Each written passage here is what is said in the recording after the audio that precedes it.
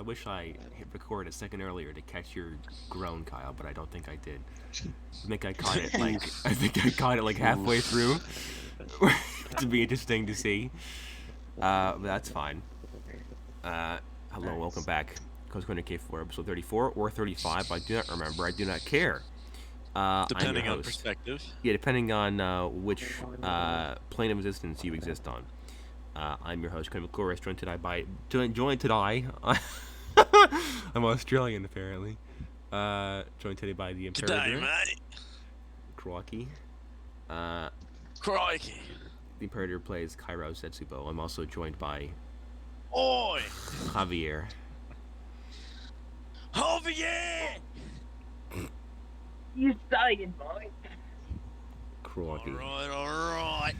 He, of course, plays Mr. Andrew Oid, everybody's favorite... Episode, charisma. 35? The Australian episode? The Australian, yeah, forget the Speed Racer arc. We're just going to teleport to Australia instead for some nice big game hunting. Actually, that's where that's where it's gonna happen in Australia. Yeah, the race has been moved due to inclement weather.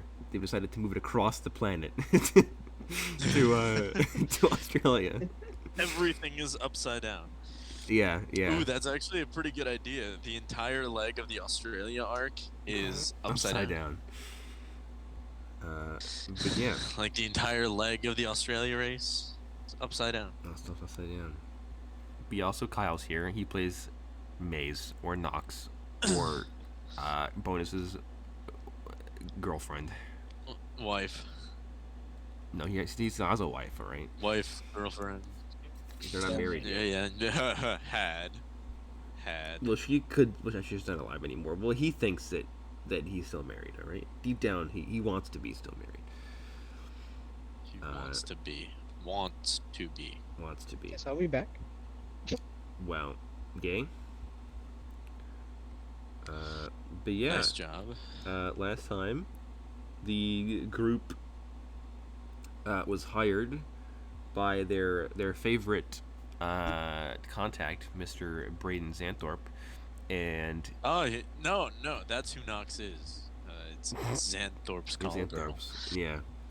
But yeah, so the Hermes Johnson, good old Hermes Johnson, contacted the group and hired them to protect the 4 members of Fyul Racing, a racing team based out of downtown Ryanstown, to protect Fyul for the duration of the Manifest Destiny Racing Royale, so that Xanthorpe could cash in on his incredibly large bet that he placed on his own team. Incredibly large and morally gray. Yeah. And he has a contract to PC. He's gonna pay them like 25,000 college apiece. If you guys do this successfully, which is $250,000. Yeah, quarter of 1,000 or 100,000. $200,000. But yeah, so that's the goal to keep everybody alive. Last time the party met the members of Fyul, with Frank, nicknamed Papa Fyul, who's like the manager of the team, big man, no cybernetics, suspiciously enough. Kind of iffy about the group. Yeah, kind of iffy. He doesn't think that they need mercenaries to protect them. They think that they can handle themselves, and thinks that it's kind of sketchy that Xanthorpe is hiring a bunch of, terrorists, I guess? Murderers, drug dealers to come and protect them. In the classical sense, domestic. Yeah. So he thinks he's kind of iffy about the group, but he's putting up with it because he has no choice. Basically. Big man, big dreams. And then the main racer of the team, Barry Bullet, who nobody calls Bullet because he doesn't deserve the nickname. It was Barry. It was me, Barry. But yeah, so Barry Bullet is the kind of arrogant, loudmouth, smart aleck, jerk, drug addict racer on the team who nobody seems to like. Everybody seems to bully. At all. Yeah. No one liked him at all. No, but they've contacted him because they need a racer to replace the team's original racer, who was the son of Papa and died in a tragic racing accident a couple years ago. Dun dun dun. Yeah, so that's no bueno. So they brought Barry on board to replace the son. He kind of does a job, assuming he's sober enough to actually use the vehicle, which Which is funny because the car pumps drugs into you. Yeah. But I mean, if you're blasted off of space cocaine, Steve's not going to do enough to bring you back to the real world. So Bullet is horribly drug addicted to like everything. Very strange guy. Putting it lightly. Yeah, he's also got like a long rap sheet of arrests that he's gotten himself involved in the past. That's why he got fired from his last job. Then there is, let's see, I have to remember. There's Donna and Faith, but I need to remember who is who. Donna was the cool one with the robotic leg. Yeah, Donna Fyul is the daughter of Frank Fyul. She is the team's lead mechanic. She has a robot leg, a bionic leg that she built herself, and she also works on the team's cars and stuff like that. Last time she geeked out over the Robo Dog, Onk. Yeah. That's pretty cool. And then Faith is the team's secondary driver, who is kind of like, cooler, a lot more chill than Barry is, certainly. But her father won't let her race because he thinks it is too dangerous after her brother died in a racing accident. And so he's, doesn't want his daughters to also perish on the racetrack. It's understandable. But Donna's not, Faith's not very happy about that because she wants to do the racing because she's been training for like ever and does not think that Barry can do it successfully. So, there's that. Well, I mean, my line of thinking is the pit crew is in the most danger. Because if you take out the pit crew, then the rest of the team is basically dead in the water. I mean, yeah, that's true. That's why there was like, yeah, if one person goes down, then the whole team is screwed because they need everybody active in order to function properly. So that's that. Last time, the party met the 4 members, and then prepared to head off to the kind of like initiation ceremony of the race. This big gala happening at the Six Cylinders, a fancy restaurant / car factory / car dealership place. They prepared to head off to the gala. They went to the racetrack. Looked at the cars and stuff that the group was working with. Learned about the drug steer that the racers use in order to amp up their reaction times enough to work the vehicles at the speeds they travel at.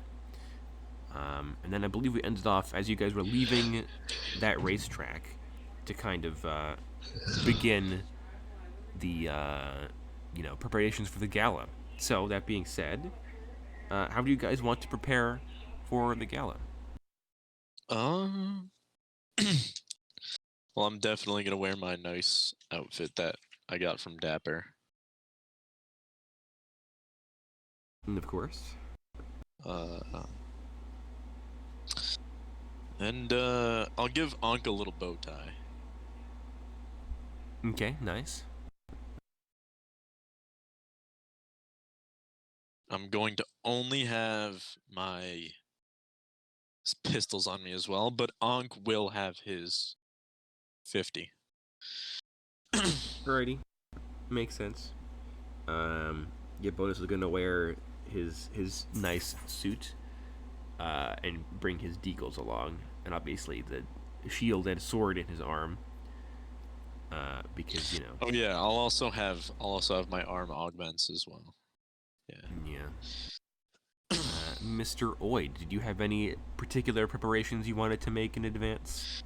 In the time that I'm waiting, though, I just wanted to add before I forget. I am going to make that aesthetic modification to the sword. Of course. Yes. But yes, Mr. Roy, do you have anything particular you wanted to do, buy, look at? Buy, I'm going to look within myself, and I'm going to just be a better person. And the way this manifests, in my outer self, in the self I show to the world. It's in a really nice suit. All right, cool. So you do some philosophical thinking, some soul searching, and you decide to settle on a three-piece tuxedo. That's what your philosophical, introspective gets you. All right, cool. Do you have anything you want to do, Kyle, before the gala? I almost dropped the bucket. For me, I would gladly like to, get that. Didn't we have somewhere where we bought like tuxes or something? Yeah, Dapper. The Yeah. pathological liar guy. Yeah, that guy, my favorite tailor. Okay, you want to get a suit I'm from him? No, I thought we already got suits though. Well, yeah, Yeah. you guys have like We have standard Those formal black wear. clothes, yeah. Yeah, those formal suit wear. Yeah, that's what I'm gonna do. I'm gonna Yeah. dress up. Yes. Yeah, dress, whatever you want to call it. Sure. I'll also wear my show Um, helmet. Okay. Yeah, I'll do that. I'll, make sure my deagles are hidden, and are we allowed to bring the katana, or do I gotta bring the knife? I mean, in terms of like you guys, legally speaking, can carry whatever you want. It's just that it would be kind of weird if you walked around with like an assault rifle or something. So, bring what you feel like, I guess. I mean, Get a bra a holster for your bodyguard, deagle. a bodyguard with a katana looks pretty sick, if I'm not gonna lie. So, Actually, throw on the sunglasses. Or technically my mask, not the sunglasses, but yeah. Or You have your like visor. visor. Yeah, the visor. I could probably hide the sword in my suit. I was thinking about doing that, but I don't know how complicated it would be. I would just have it upside down. I guess. I mean the sheath. Whatever. I'll just have it on me. Maybe on the side, maybe on the back. I don't know. Whichever looks aesthetically pleasing. Whichever one the artists feel like using. Deagle on. I'm pretty sure. But did I get my right hand? Yeah, I got my right hand. So I guess Deagle on my right. Um, Combat knife somewhere. I know I bought the knife. And I guess that's it so far. Not gonna bring an assault rifle. Alrighty. Yeah. So, you all head off and get dressed and stuff. You all sleep. You wake back up, and then the day of the gala. You all get ready. You spend the beginning of the day, prettying yourselves up, doing your hair, putting your nice clothes on, stuff like that. And then, you all know that the gala starts around like 6-ish. So you all, separately get in your various modes of transportation, and you all drive over to the 6 cylinders. Odd question. Sure. Did we ever tell Xavier who's guarding who? No, I don't think you guys figured that out. I was gonna stay in the pits. I know that much. No, for the gala. Oh, for the gala? Yes. I'm not sure. All right, so because I know Xavier didn't meet Bullet just yet, we Oh yeah, Xavier wasn't there for him. One of the bonus claimed he wanted to guard the dad. He wanted to guard Frank. I guess I'll do Donna. Yes, I want him to meet Bullet, the druggie. Probably make a contact money mule off of him. Yeah. Okay, so you're gonna dump Barry Boyd and onto Bullet. Oid. Oid and Barry. All right. Barry and Oid. I'm gonna go to Oid. I'm like, Oid, I'm sorry for doing this, but you're the drug dealer here. I'm pretty sure you know how to deal with him. You have experience with junkies. Here you go. Have one. Yep. And then For I'm free. gonna yeah, just try not to let him die. I'm gonna be with Faith, I guess. So yeah. Guys, I'll be the one killing him, alright? Yeah, you're gonna give like, here you go, If Barry. You anyone's want? gonna have him OD, it's gonna be Yeah, me. you want some space cocaine? Here you go, buddy. I have plenty. And then he just I got the real overdoses stuff. mid-speech on the podium, just clunks out, collapses unconscious. Yeah. All right, cool. So yeah, so you guys all have your assigned people you're protecting. You all have your little special Hermes security guard pins you all were given that denote you all as being security personnel. So you all are allowed to carry guns and walk around places where other people aren't allowed to go. You all drive to Six Cylinders. You all get out, and you all see the members of Full Fuel and also Mr. Xanthorpe and also Xanthorpe's buff, bald bodyguard, all standing on the kind of the front steps of Six Cylinders. Members of Full Fuel all look super well dressed. You know, Frank's got a super big like tuxedo on and stuff. You know, like a really fancy like big gold watch. I think probably the two girls probably wearing pantsuits because they aren't feminine women. They don't go for that sort of deal. Well, I think probably what Donna would do is she probably would only have one leg on her suit pants, so you can see her bionic leg. And she has a different bionic leg, and this one is shiny chrome, and it's very, very nicely made and like decorative, basically. It has a built-in high heel as well. It's pretty cool. Basically, she only has one pant leg, so you can actually see her fancy cybernetics. And then Faith probably is also wearing like a pantsuit, but she evidently does not like wearing formal clothes. So her tie is like a bit looser than it should be, and like her collar is kind of messed up, and you know she's fiddling with her like the cuffs on her sleeves because they're you know suit shirts are tight around the wrists. And then Barry is just the exact same as you saw him the first time, with his puffer jacket, his sleeveless puffer jacket, his fingerless leather gloves, his motorcycle helmet, his like black jeans, his like studded metal-toed combat boots. He looks like a homeless man with a biker helmet on. Is the best I can explain it. Homeless man trying to look nice. Not even. He's just a homeless guy with a motorcycle helmet on. Why? It's like trying to put perfume on a fart. Yeah, basically. So yeah, you Just all walk up. Xanthorpe also he's wearing that super fancy, expensive, one of a kind, well, one in 50 Suit that you guys stole. Yeah, his huge watch. He's got like kind of like a bionic visor, but it's solid gold.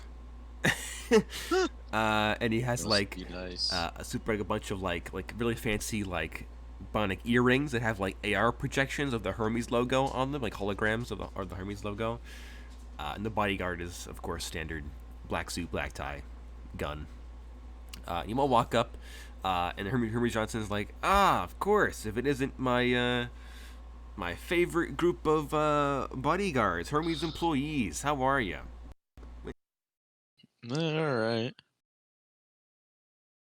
It's about as good as one can be. And he's like, well, I suppose better than nothing. Are you all ready to begin the big event, the big race? Yeah. I'm like, all right. Like, well, you all look presentable, I suppose. Not as good as myself, of course, but passable for bodyguards. And he's like, all right, well, I know that we're all here. He turns to all of you and he's like, I assume you all have your like assigned partners and stuff already. You know who you want to follow around. Yeah. All right, cool. In that case, then, follow me. And he walks through the sliding doors of the 6 cylinders into the car dealership floor again.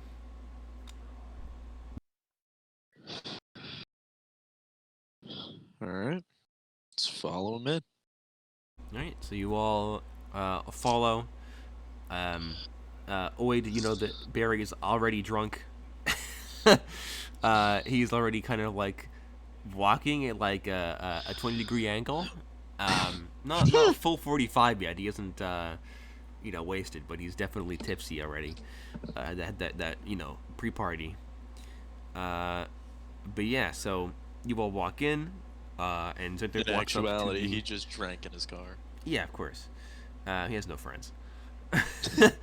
Zinter walks up to the front desk with the secretary behind it, and he is like, good evening, madam. Myself and my compatriots here are attending the opening ceremony for the MDRR. And the secretary's like, of course, sir. Can I get your name? And he's like, Xanthorpe. And Oh, I thought he was going to say Johnson. No. He uses his real name because it's company business, remember. I don't know what you mean. Johnson is his real name. To you it is. Everybody else is not. And he's like, and the secretary's like, of course, Mr. Xanthorpe, and Mr. companions, right this way. And the elevator over to your guys' right opens again, and you all cram into this industrial size elevator, and you ride it up to the an upper floor, probably like floor 6, the top of the building. To anybody on the outside, this must look like a Hotline Miami loading screen. yeah. This collected group of this is different, like that moment, like in every D&D campaign where like the party walks in and everybody's like, why is there like a gnome, an orc, a drow, and like a dragonborn walking into this bar at the same time, orc, drow, and dragonborn all walk into a bar. Yeah, it's like the beginning of a bad joke. A Kodian, a robot, a mercenary, and a hacker walk into a car dealership. It's a bad joke, but it's a joke nonetheless. But yeah, so you all get in the elevator. The car dealership says "ow." Yeah. And you all get out on the 6th floor, the kind of ballroom floor of the 6 cylinders, with these huge walls of windows on every side, looking out over the city, which is staring at the walls of nearby buildings that are much bigger than this one is, and also back into the actual like car factory you guys can see.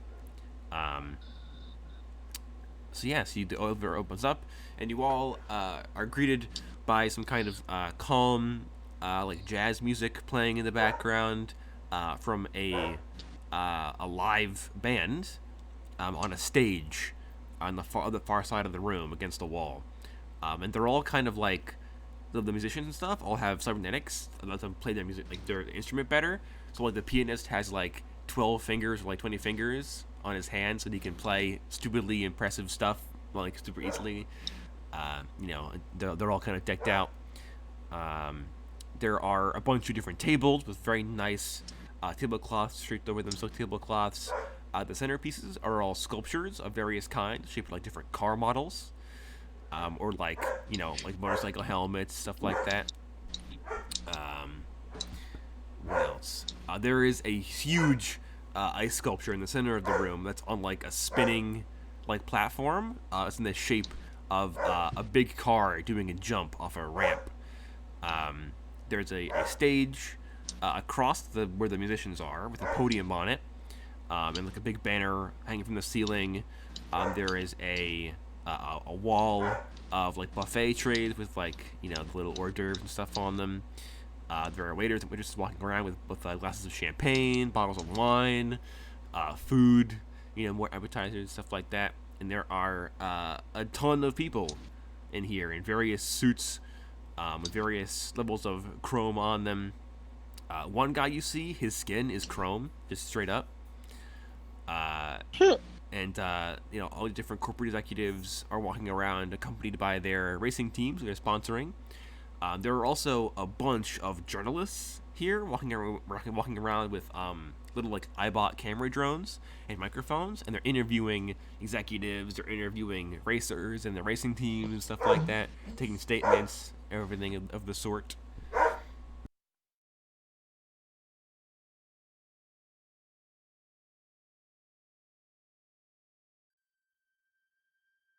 Okay. So yeah, what do you want to do? Interesting. I don't know. I guess find the party.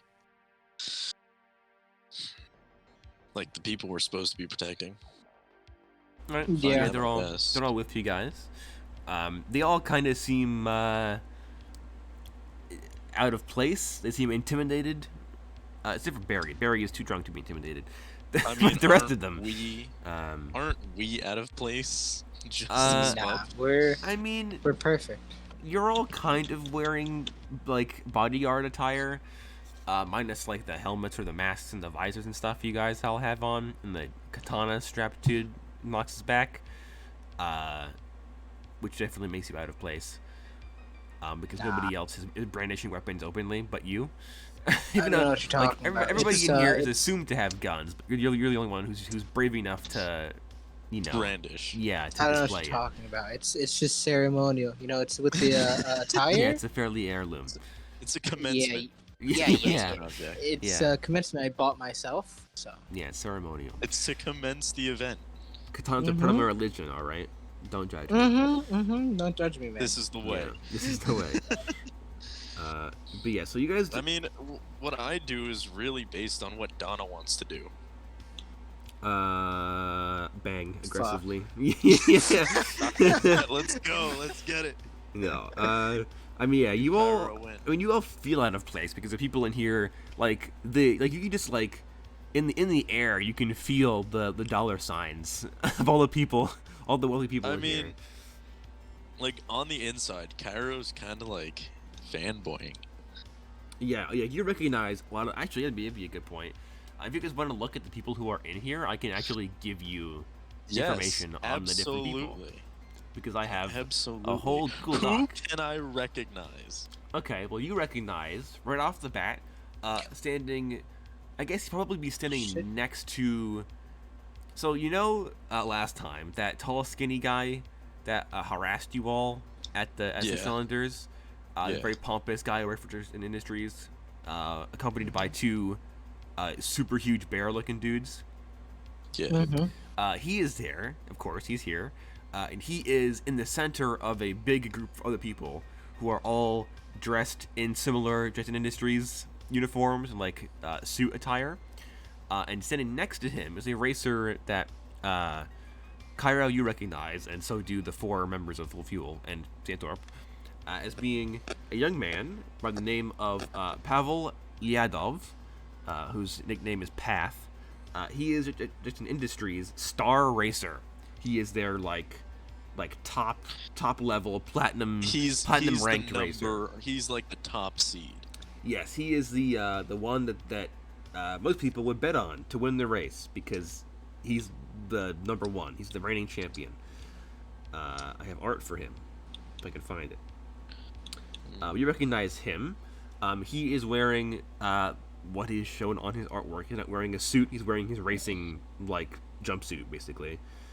Okay. Because, like Barry, he is a jerk. But he looks intimidated. He's sweating. He looks super nervous, very anxious. Why? Whereas his employer, the guy that you guys were harassed by, he looks super confident, chatting up with his friends, showing off Pavel like a piece of meat, basically, and being like, "This is the man that's going to win me my money."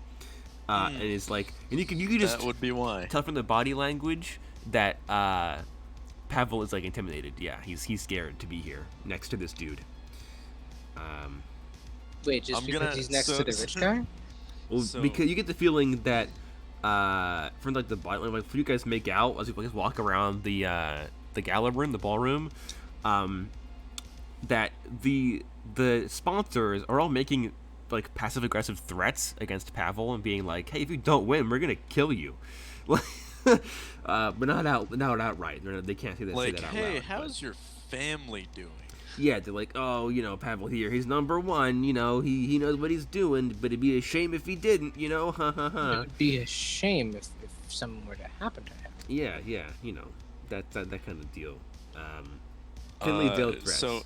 So in my coat pocket, along with, of course, a glow stick, I'm gonna have like a little notebook and a pen that I'll like make sure is there every once in a while to get autographs.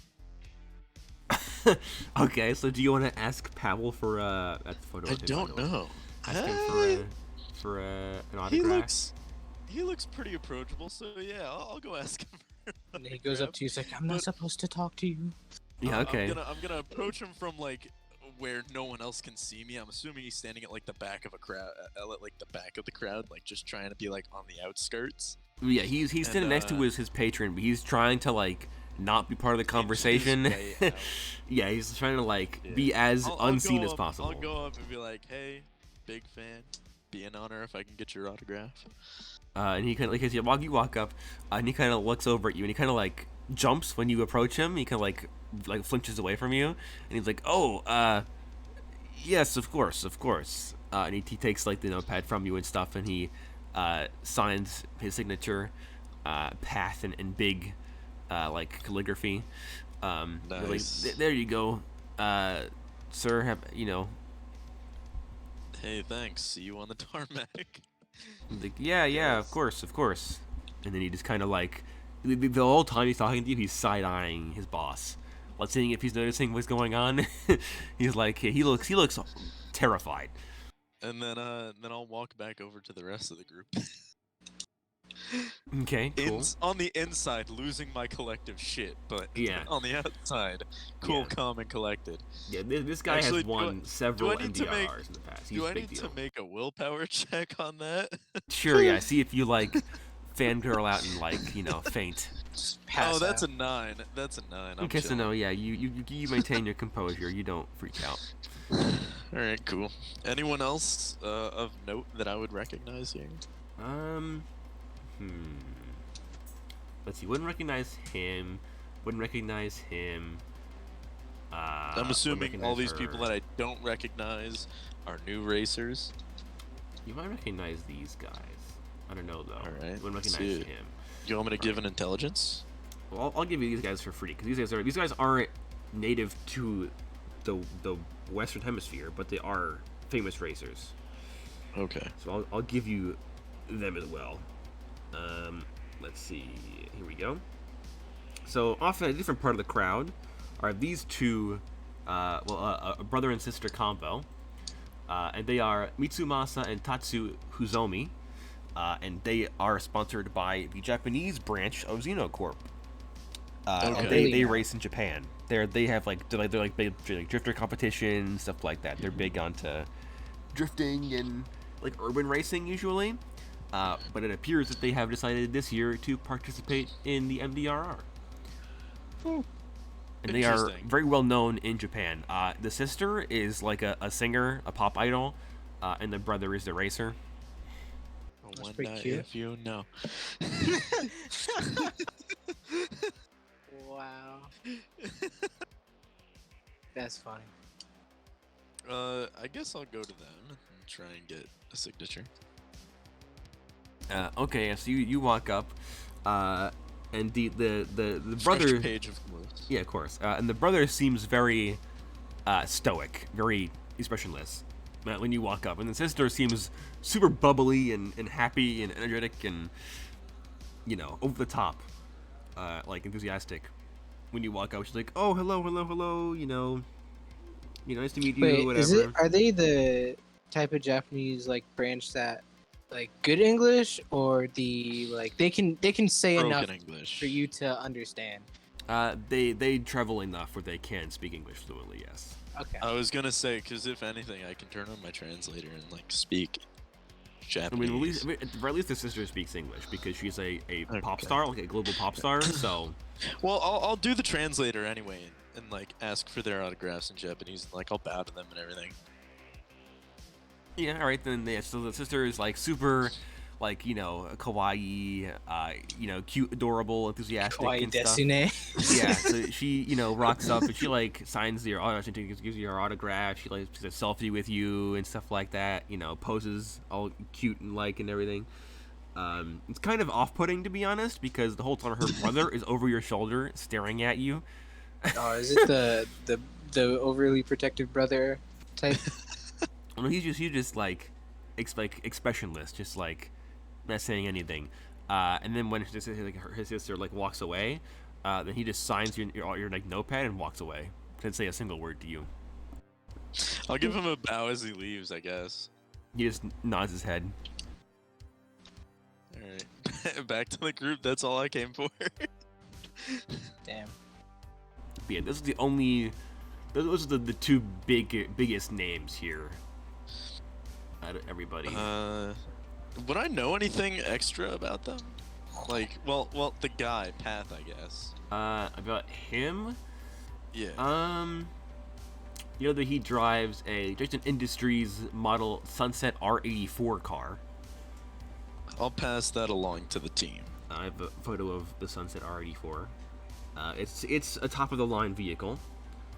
It isn't as advanced as some of the Kode Enterprises vehicles that are usually featured in these races, but Okay. it's won several MDRs in the past, so it is the job done. Pretty good.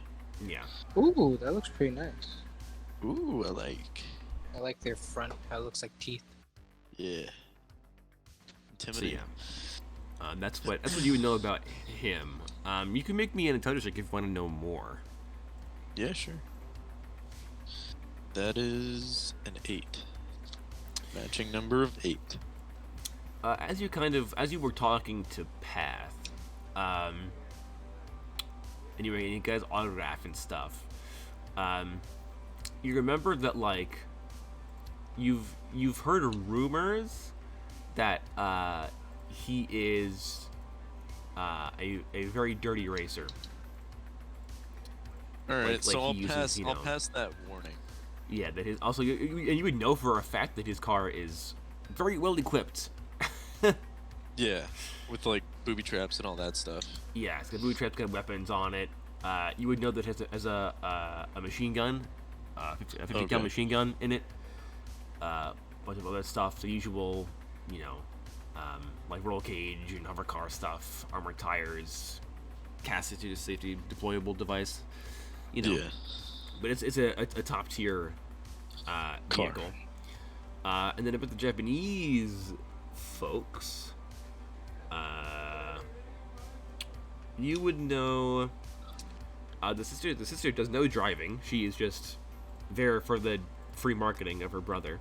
The fanfare. Yeah. Yeah, I was gonna say for the money. Yeah. The brother is a very good technical driver. Obviously he's a drifter, an urban driver by preference. So he's very good at like high speed turning and stuff like that. But because in Japan and stuff they race differently, his car is not as heavily weaponized or as modified even as the rest of the cars. But he still has like the cast system and all that. Yeah, stuff. yeah. It still has like the defensive stuff that are like required by the race, but no machine guns, no rocket launchers, no plasma casters. So he's purely like just drive and defensive. Yeah. Then. Yeah, he's a very defensive driver. You know that he's very good driver, but he has lost in the past because he refuses to play dirty. Okay. I like his style. Yeah, and the sister is only so there do I. to kind of put her face in the car and look nice and capitalize on the publicity. yeah. You would know, however, that they have gotten into trouble in the past, particularly from the Rakai, who have threatened them on multiple occasions. They've gotten involved in like scandals and stuff like that, with being targeted by the Rakai for hits and stuff like that because they refuse to bend to the Rakai's demands. To modify the car. Well, that and also to let the Rakai in on their money, basically.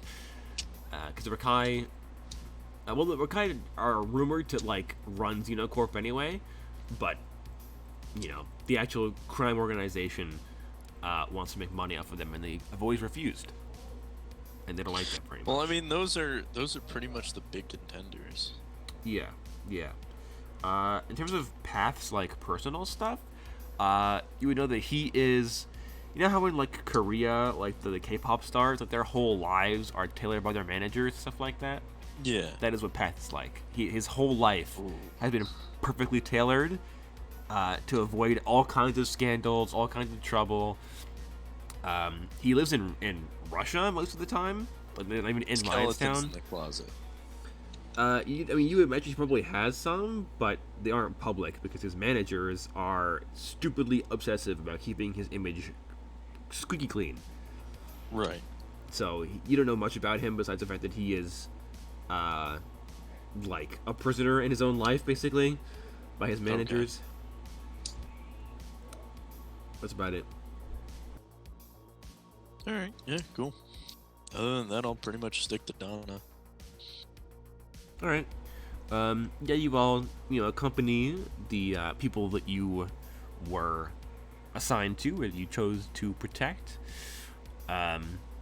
You all see pretty quickly that Bonus and Frank walk over to like the bar, and they sit at the bar and they just start drinking together and talking and stuff like that. Being buddy. Let's see what else. I don't think that anything from Donna and Ankh. Yeah, she probably would spend like most of the time. She left you for Ankh. If she like ever gets involved in a conversation or if like feels awkward, she will just like pet Ankh instead. That's her like coping I'll turn to her mechanism. and be like, "You realize that after this job, I can just make you one, right?" She's like, "You really try and get with this girl?" I am. She was like, "Yeah." Oh, you would? That'd be super sweet. That could be. It'll only take nice. like 4 weeks. I have backups of his AI. Let me correct myself. NI. She's like, oh, you would do that? That's I can't imagine that's like an easy job to pull off, I mean, yeah. It's not like after this, it's not like I have much to do. She's like, yeah, I guess that's a decent point. She's like, well, I would very much appreciate that. I think the whole team could benefit from having a kind of, additional bodyguard, a robo-dog. I think the only thing that's gonna have to stay out is the machine gun. Yeah, my father probably wouldn't appreciate cyber killer robot dog very much. No, But he I can talks. put 2 guns in it instead. She's like, she just shrugs. She's like, I don't know. My dad's kind of weird about that stuff. Yeah, understandable. He's gonna call her through the dog he makes her. Be like, hey babe, how you doing? It's like, what the fuck? The dog just opens his mouth. Sup? You're just like, ah! That's good. Like Frank's like, honey, the dog is talking to me again. Hey, what's up, Frank? He's like, leave my daughter alone, you freaky dog. Be I gone, don't know what you're demon. talking about, big man. New dog in the house. Woof. Someone let the dogs out, and it's you. Jesus. I think it's the shotgun and blast the robot dog away. Dude, on a slight gruesome note, I was thinking about Yeller, by the way. And then I was thinking to myself, what if you missed a kill shot? Wow. But yeah, so Donna, she tends to have like not talked to a lot of people. She spends the whole time kind of either eating, drinking, or petting Ankh to avoid eye contact with people, and therefore avoid having to talk to anybody. Yeah, sounds about right. I'd probably be doing the same thing. Yeah. I want to talk to these people. I already got what I came for. Faith is close to the opposite. She is incredibly self-confident. So she walks around, she introduces herself to everybody. She grabs like a glass of champagne. She saunters around, making friends, chatting people up. she has no problem befriending most people here. She does avoid like Pavel and like their group because she knows that they're jerks. But most of the people she talks to and introduces herself to She's and like stuff. the big man on campus. I mean, not really, but she's confident enough to be that way, and people seem to like her. She's funny, she's charismatic, she's good looking is the main thing. Oh yeah. Nox is slowly falling in love. Yeah, I mean, she's Probably like a not, solid 9 but- out of 10, to be honest. And she's also in like a super nice suit and stuff as well to kind of bump that up. But yeah, so she has no problem walking around, befriending people, making conversation. She generally probably will like ignore Nox because she considers Nox to be like a hindrance to her social status. Because like, ew, this gross bodyguard is following me around the entire time, copying my style. I'm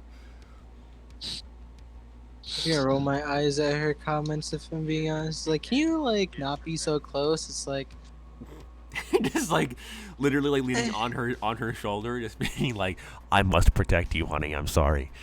this is my job. Yeah, she's like, "Can you maybe 5 feet?" If you die, I don't get paid. Yeah.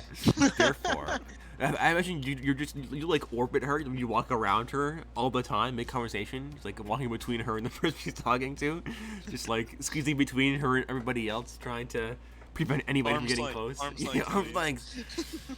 Back up, buddy. 5 feet. No body I swear to touching. God, I'll cut you. No body touching. Yeah. Leave room for Jesus. All right. Nah, I probably won't be that hindrance, but I'll probably make it obvious. It's like, I don't like this person getting close. I don't know. Maybe they got a hidden knife. To be around you at all times. You really don't. Did I stutter? Yeah.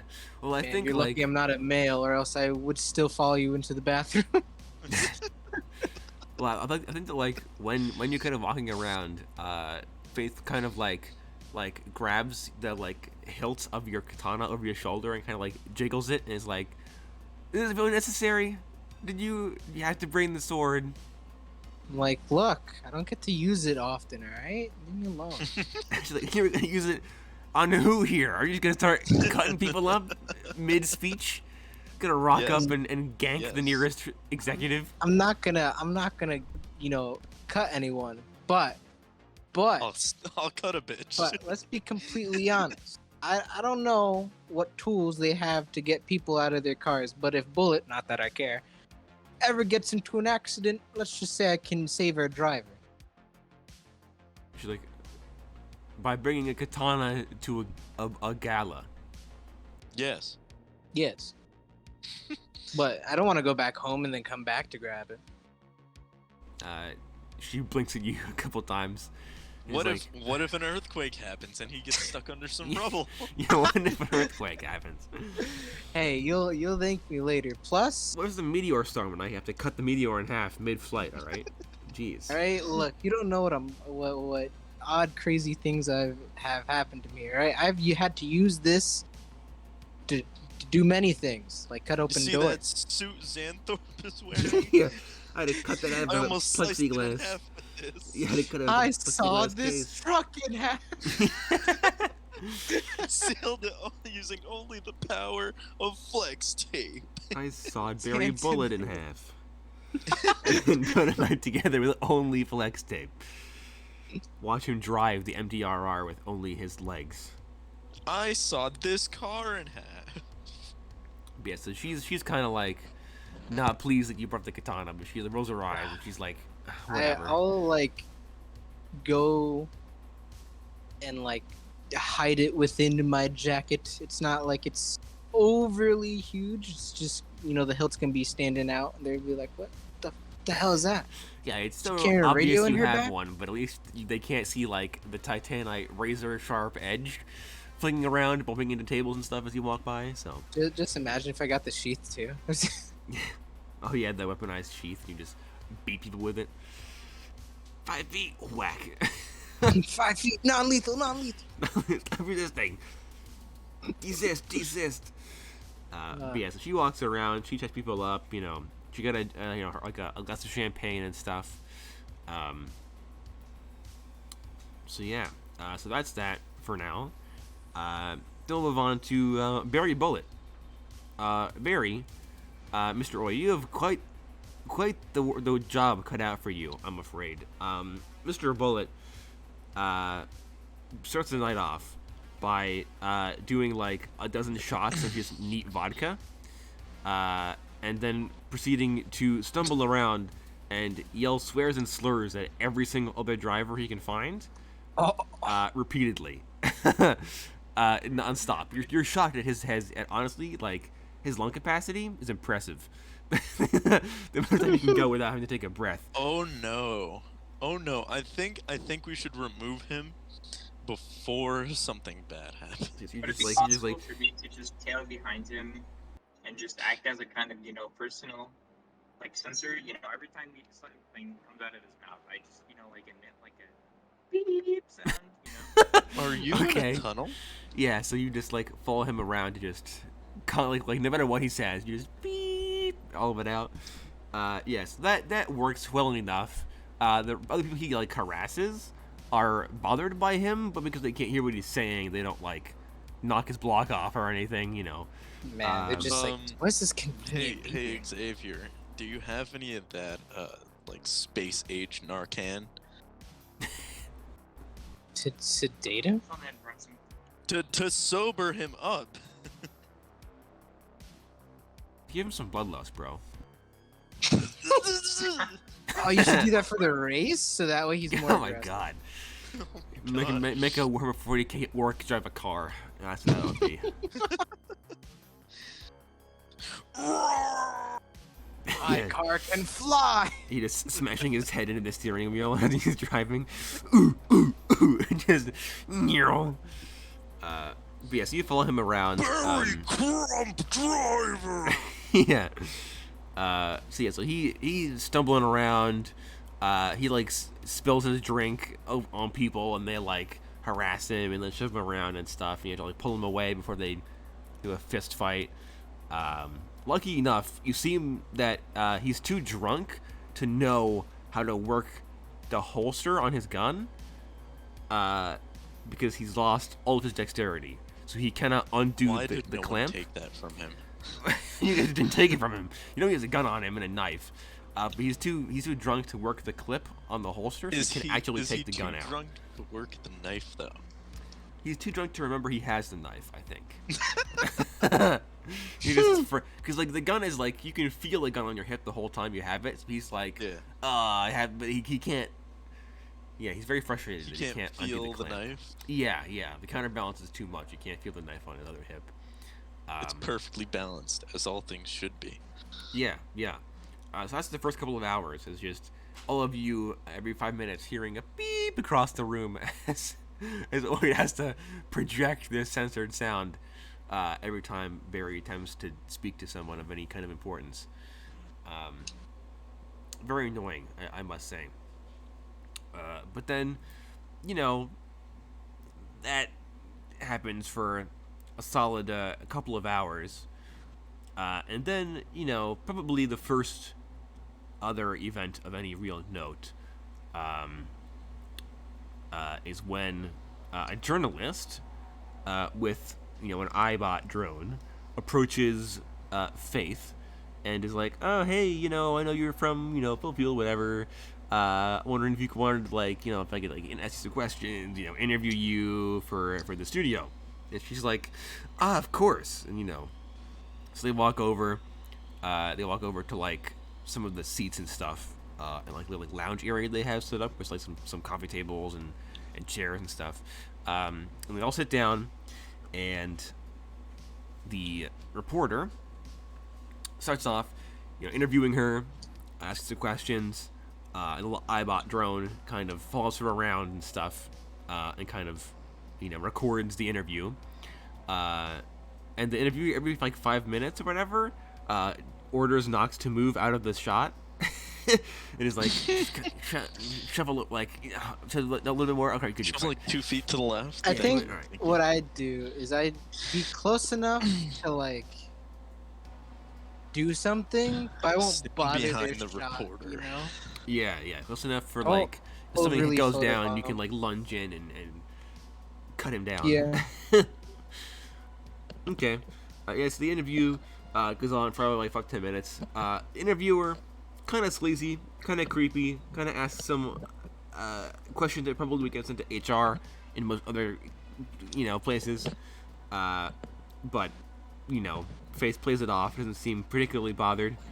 And then the interviewer, the reporter, finishes up his, interview, his questions, and he hands her a business card and is like, "All right, thank you very much for the interview." And then he gets off and walks around to some other people. Then we cut over back to Oid. The same reporter walks over to Barry, and he's like, "Hey there, buddy. I'm from Bullseye Advertising. I'm a reporter. My name's Mick Jagger." And that's the first name that came to my mind.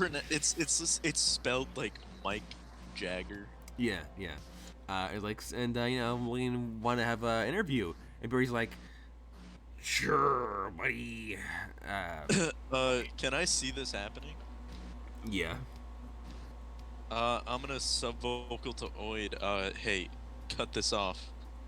Don't let it happen. Already on it. So yeah, so they start to Nice. walk Yeah. over to the interview, like where he had Faith sat and stuff. This dude walks up. He's like, "Can we have an interview?" I'm going to just sort of cut off Barry immediately. I'm sorry, but Mr. What's his last name? We can barely hear you, Xavier. Barry's last name is Bullet. Well, that's his nickname. His actual last name is Backseat.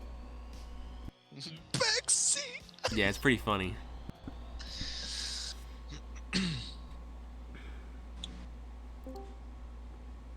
Welcome back. Hello, is this better? Yes, much better. Barry's last name is Backseat, one word. Alright, then I'll go. I'm sorry, but Backseat isn't available for interviews at the moment. As you can see, he's quite occupied with the gala. Perhaps we'll take your business card and arrange something at a later date. And the reporter's like, yeah, sure, all right.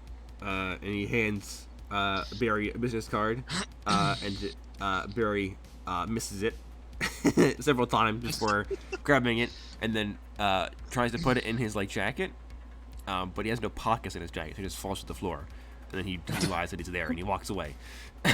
I'll just pick it up after him. Great. Just shake my head. Yeah.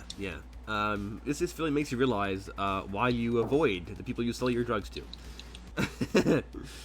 So yes, that happens. Let's see.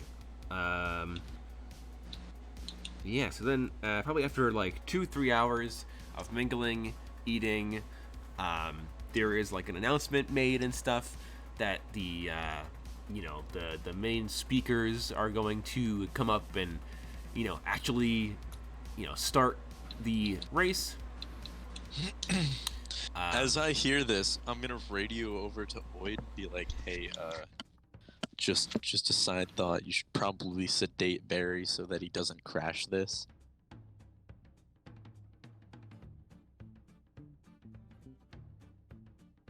Just a thought. All right. So let's see. Alrighty. So, yeah, you guys, I'll take your seats and stuff. You'll have assigned seats. You all are seated next to the people you are protecting around this big table that Full Fuel is kind of assigned to. And then Xanthorpe, he leaves his seat and he walks up to the stage, accompanied by 4 other rich-looking executives. One for Enterprises, one for Industries, one for Dream, Hermes, of course, and one for Xenocorp as well.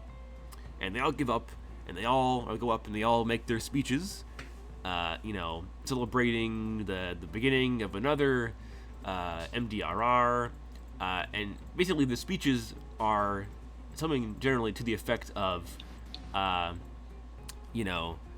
so happy to be here. I hope that the MDRR can continue to happen, and that it helps to continue unifying the companies and, providing some friendly competition between the corporations, and that is used as a tool to kind of mitigate hostilities and prevent another corporate war and yada yada yada, all that stuff. Good luck to the racers. I hope you all have a great night. That's the vague outline of what most of the speeches are. Barry will attempt to interrupt every single speaker if you don't stop him. So I think this is the point where I just clamp a hand over his mouth. I was gonna say you can sedate him, just beat him over the head with a stick. which is what I asked before the speeches started. Just over the head with a pipe. Just bang. I Do mean, it, man. could. Give him a concussion. Could. But yeah, so you put a hand over his mouth, and he is only, he's only audible to the members of your table, and his muffled yells and interjections throughout the night. What else? So yeah, so the speeches go off. They take another half an hour in total for all 5 speakers. At this point, it would be like 10 o'clock at night-ish. All right. In the evening. And, the party resumes. You all can order your own, full course meal sort of deal. Eat at your tables and everything. And towards the end of the evening, Barry, turns to Oid, and he's like, I gotta go to the bathroom. And then he gets up and he stumbles over towards the bathroom. Follow him. Yeah, I'll escort. All right. Do you go into the bathroom with him, or do you just... Yes. Yes. Please do. I mean, I will follow him, everywhere, anywhere. All right. So you I follow have him no into functions. the bathroom, and then he sees you follow him in, so he goes into the stall. Do you follow him into the stall? As funny as it would be, no. I think the He's answer's honestly taking obvious. drugs. I think the answer's obvious here. You should follow him and stall. Be right Yeah, behind him. Be like, Yeah, don't right. worry, no homo. Look through the. I'm peep looking through over the his cracks. shoulder as he's doing it. Actually, just stand above him. Stand on the tank of the Probably toilet. could. Yeah, bro. Nice job. Okay, yeah. So you stand outside the stall and you wait. You do hear him go to the bathroom. Afterwards, you hear vigorous snorting sounds for a solid 2 minutes straight. And then he kicks the stall of the bathroom door open. He's like, "Woo!" And then he runs out of the bathroom full sprint. Can I tackle him before he gets out? Okay. Jesus. Make me. I knew he was gonna take drugs, bro. Roll you 1d10, and then add your agility, and I will do the same for Barry. Tackle him into the stall next to him. Where another guy's taking the shit. Barry got, let's see, what's a 5 plus his, whatever his agility is, a 5 plus. So we got an 11 in total. Do you beat an 11? What's my agility? Good question. Don't remember off the top of my head. I don't know. I can look. Let's see. Senor Oid. Where is it? That's Cairo. That's Maze. Here we go. Mr. Oid. 6. Oh, then I definitely do not beat him. Would Yeah. you roll? 3. Oof. So yeah, so Barry kicks the stall open, and he screams and he begins running out, and you dive after him, and he kind of jumps over your arms, out of your Can I get- grasp. Can I see this happening? I mean, Well, you don't see him run out of the stall, but you do see him kick the door to the bathroom open, scream, and then like table dive onto the nearest person's table. more Can I get last-ditch Onk effort. to... I was gonna say, can I get Onk to like drag him out of the entrance? I think we would have all known what was happening, considering that like Xavier would probably have been like, guys, Barry. I mean, I don't know. over, Guys, sub vocals like, the subject is loose. The animal's out of the cage. Experiment As gone this wrong. as this is happening, I'll look over to Bonus and do like the regroup symbol as like a sign to like, all right, let's wrap it up. Okay, yeah, Bonus Lim will like turn to Frank and be like, and then just get up and Barry, after smashing a table, he sees the giant ice sculpture no. in the center of the All right. room, and he runs over and he points at it. And he's like, "You again? Second Can I year get in a Onk row." can I get Onk to try and grab his leg, All right, like drag him off? Same thing. 1d10 plus agility versus Barry bullets. 1d10 plus All right. agility. All right, let me pull up Onk's Oh my agility. god! Jesus. Oh, you said it. Onk gets it by 1, I think. Onk's a 7 or an 8 agility. I Onk think, has an maybe? 8 agility. Yeah, Ankh has like high agility like Yeah. me, so. So Barry, he points to the statue and he's like, "Second year in a row, come back for more, have ya?"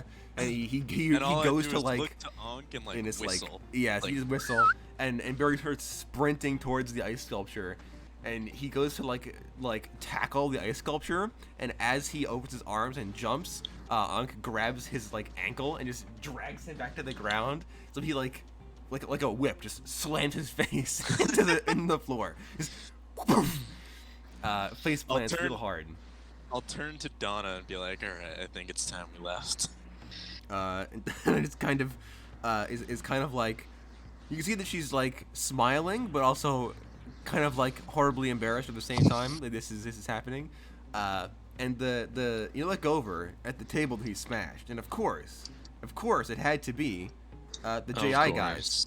Of course. The who? Just Industries, the guy that harassed you back in Oh. the cylinders. I'll go over to the table and give them an apology So you're gonna walk on over. behalf of our colleague. And the manager, the guy that harassed you before, he's kind of like standing up. He's brushing off like bits of like lettuce and like, you know, caviar off of his super expensive suit. And he's like, "Oh, Neanderthals, all of you.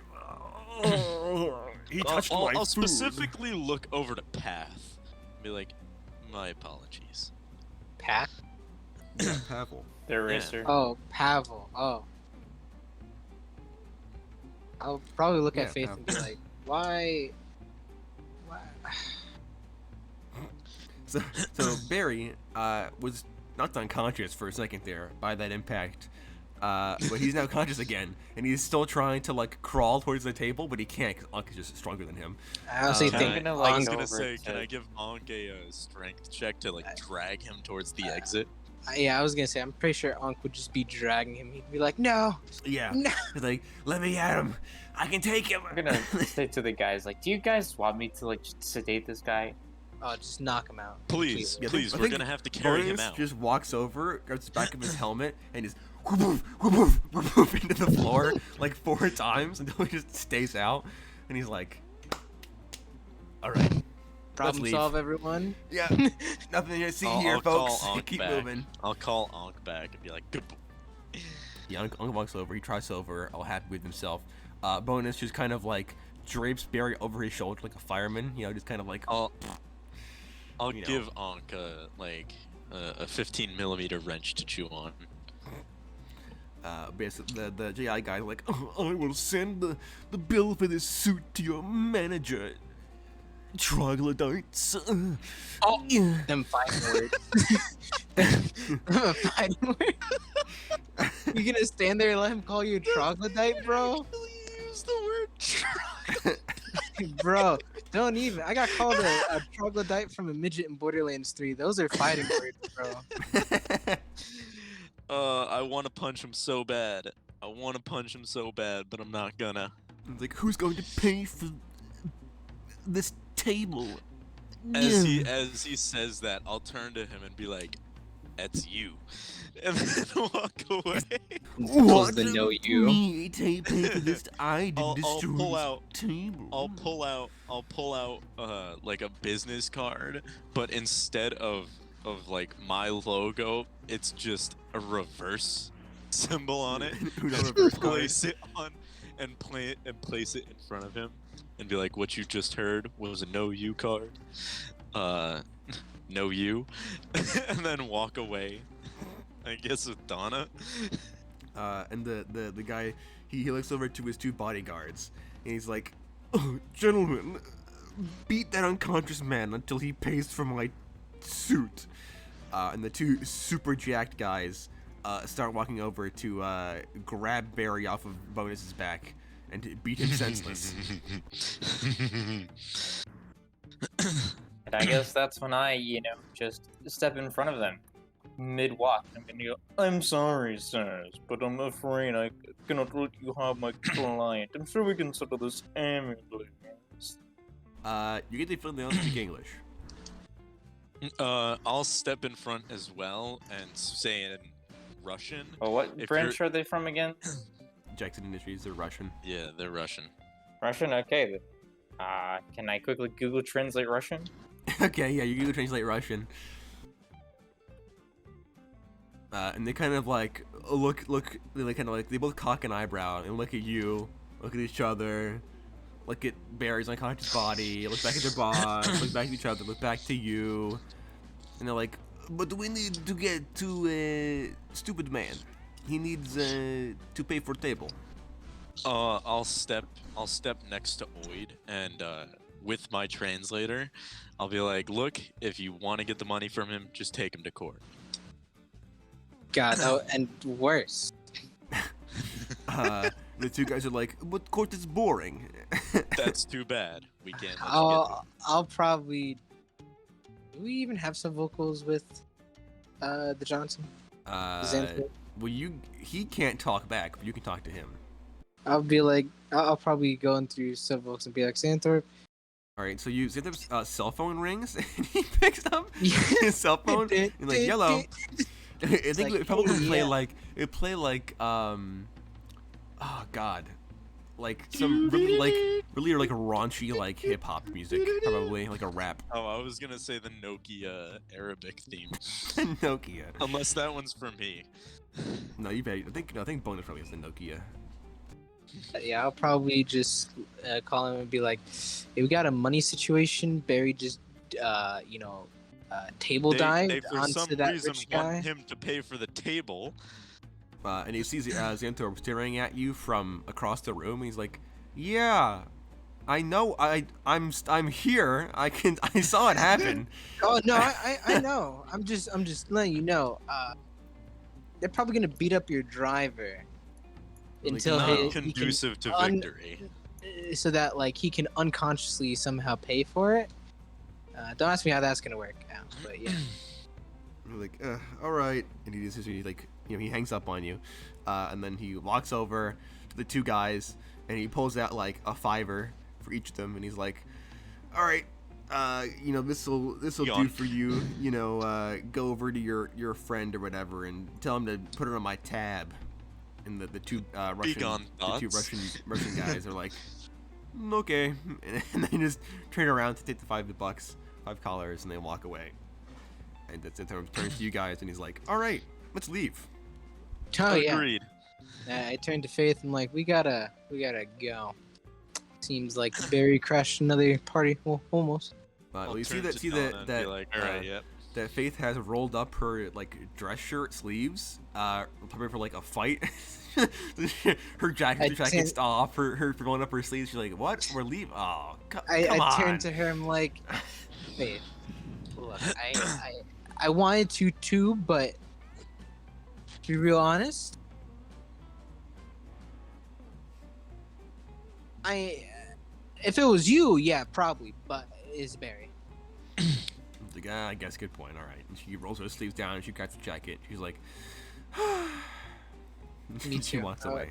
I was about to have a reason to use my katana. See, I told you there was a reason. She's like, yeah, whatever. I'll turn to Donna and be like, "Hey, never a dull moment." Oh, She's and like, what animal would you want it to be?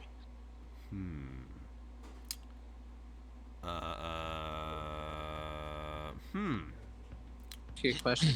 Be a dog, a cat, a koala, a sloth. I don't know. Yeah, it can be literally It anything. could be literally anything. I feel Bro, like she wants a 50-foot tall dragon. I would like a giraffe, please. Okay. No, I think she probably would say like, could you do like not a German Shepherd, like a husky maybe? Huskies are pretty cool. Yeah, sure. That'll work. For security reasons, I'm going to leave Ankh with Donna after we leave. Okay. What, you gonna be there with Bullet?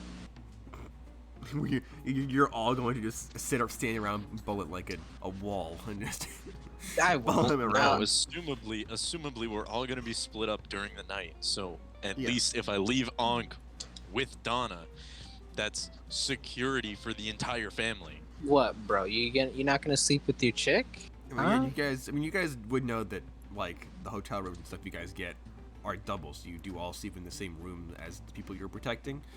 Oh, okay then. Never mind.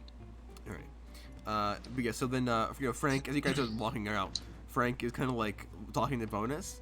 And Frank's like, that was a pretty interesting move you did back there. And Bonus is like, what, space planting this guy like 4 times? And Frank's like, yeah, that was pretty. Never mind. He just walks away. And Bonus thinks to himself like, what was that? I'll sub-vocal to the group and be like, "Aw, Bonus made a friend." Bonus sub-vocals back and he's like, I will hit you with Barry right now. Don't test me. I will swing him like a mace. Laughing for no reason. Yeah. So you just start laughing randomly, and the like Xanthorpe and the Fuels are all like side-eyeing you like, all right, crazy man. Get him over here. You wouldn't get it. It's a sub-vocal thing. Sub-vocal. Not an inside joke, just a sub-vocal. Just sub-vocal. Hashtag sub-vocal things. Yeah. Just gangster things.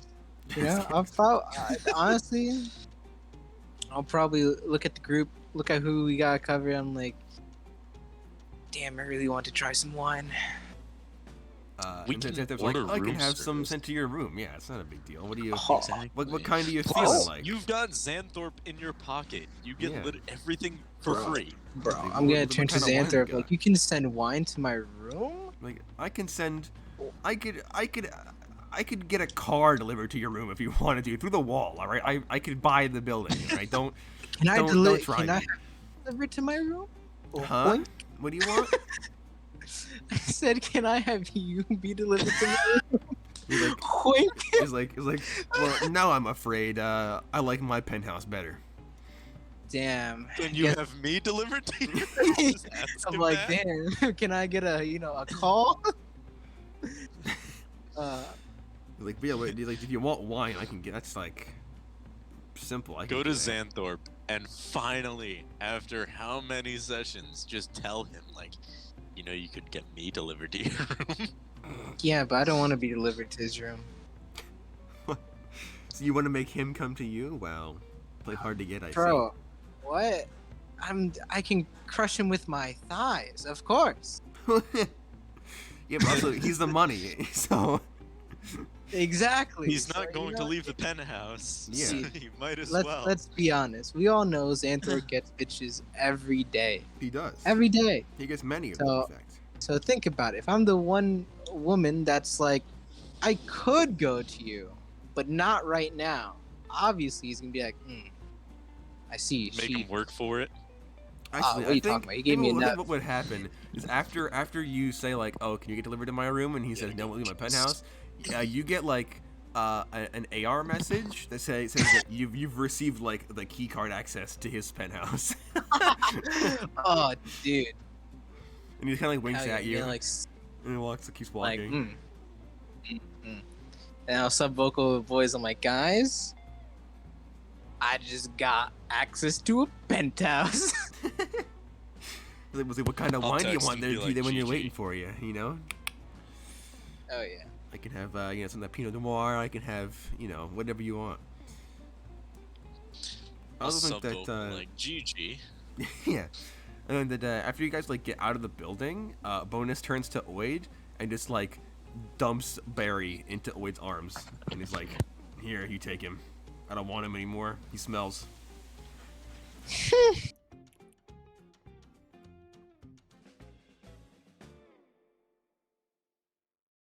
No response. Cool. All right. he's I mean, I'm just walking. gonna stare blankly at Bonus, like, whatever. What do you want me to do about it? Well, Bonus is already. Bonus has to protect Frank, all right? He can't be carrying around an unconscious Barry, and also Frank and Bonus are gonna have a sleepover. they're gonna grill some hamburgers and stuff. It's just the image. It's just the image of Brad Pitt and what's his name? Yeah. Leonardo DiCaprio. Yeah. Showing each other pictures. Yeah, it's like that. Two dads showing each other the rack of ribs that they grilled last week. Yeah. Exactly. You're gonna walk in and it's gonna be full of like barbecue smoke. Like, oh, want some of our brisket, gentlemen? We've got we got some brisket, got some rack of ribs, got some steak, some hamburgers on this grill over here. It's good. Got a whole barbecue going. But yeah, so then you guys leave, and know that the next day the actual race starts. So the Fyul Fuel and stuff, they can still sleep in their beds at home, in their shop and stuff where they usually live, and you guys get to live in your normal houses for one more night before you leave for you go to the first part of the race, and then you guys take a helicopter or plane partway across the country to Chicago, where the second leg of the race begins. The All first right, one sounds ends. Excuse me, did you say Chicago? I did, as a matter of fact. Oh. But yeah, Am I thinking that correctly? you are. Oh no.